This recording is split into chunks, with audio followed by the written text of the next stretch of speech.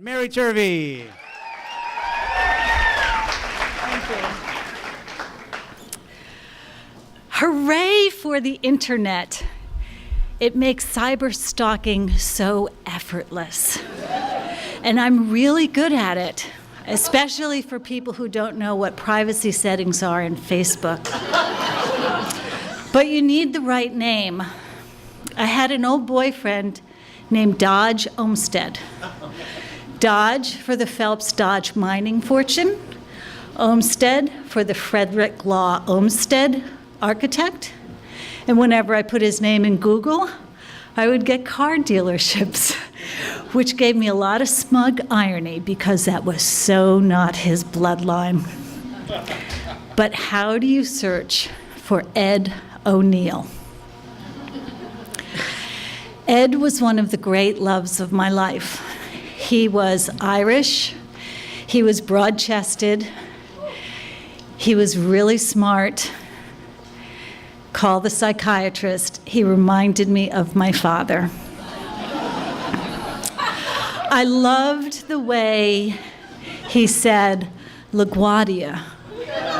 He was from Long Island. I was from Staten Island, where we say LaGuardia. He was more refined. For 10 years, we had an on-again, off-again, some would say on-again, off-again relationship, but I would consider it varying, oscillating levels of intimacy. Ed was a very successful businessman, and he really played the options market pretty well, and that gave him a lot of freedom. But most of the time that we went out, which again, oscillating over 10 years, Ed was an alcoholic. I really didn't care because I had this hope that he would sober up and fall in love with me. But that really never really happened. He eventually decided to go back to Roslyn, Long Island, where he became a teacher at a Catholic school. You obviously need an independent means to be a teacher at a Catholic school, and he loved doing it. He didn't like the corporate life, and he decided to do that. But one time when we were talking, Ed was trying to get his act together, and he was telling me a little about his story, and he said, I used to have to get my American Express bill before I realized where I had been the past month. And he decided that he was going to sober up, but he never really got there. And eventually, I got there. During one of his midnight drink and dials, I asked him not to call me anymore when he was drunk. And so that went through a little period of hang-up calls, but eventually I didn't hear back from him ever. Then I moved to California sometime later. But I always had this inkling of a hope that even though I never told him where I was going, that he would try to find me. And again, we'd have this great relationship. The internet started to happen, and that's when I started my cyber stalking. And I did not have very good success entering Ed O'Neill into Google. You know how many there are. But one of the cyber stalking tips that I'll give you is to look in back pages, because the newer ones come up front. And one time I looked in one of the back pages and I found, after putting in Ed O'Neill, Roslyn, Long Island teacher embezzles funds from school district. And I thought, the option market must have dried out for Ed O'Neill. But I became more and more and more curious about it, and I kept digging and digging.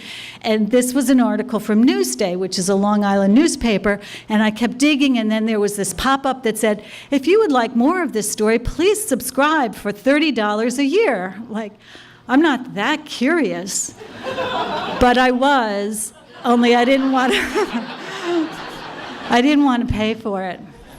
And so I kept digging and digging and digging. And soon I found it. He wasn't the Roslyn, Long Island teacher that had embezzled the money. The article read, Ed O'Neill, 53, died Sunday while jogging near his home in Long Island City. It had happened 2 weeks before I had done the Googling and I discovered the article. Kind of a missed opportunity. Now, by the time I refound him, it had been 10 years since I had talked with him. And I found that I had a grief that I really hadn't sourced before. This was the first peer that had died for me, and there was never, ever, ever going to be that moment when Ed found me and picked me and reestablished our relationship. There wasn't going to be that phone call. And the death of that hope was so profound in me. And every time I flew in and out of LaGuardia, I had a real hole in my chest. It wasn't just, gee, I miss him. I couldn't even say, I wonder what Ed's up to. So I don't mean to say this as a bummer sort of story. I mean to share passages that happen to all of us, and this is one that I have. And now I look at the last time with much more reverence, because there will be lots of last times.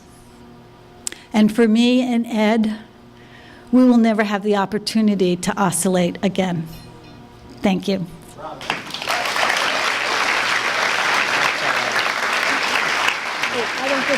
No, thank you. MariTurvey.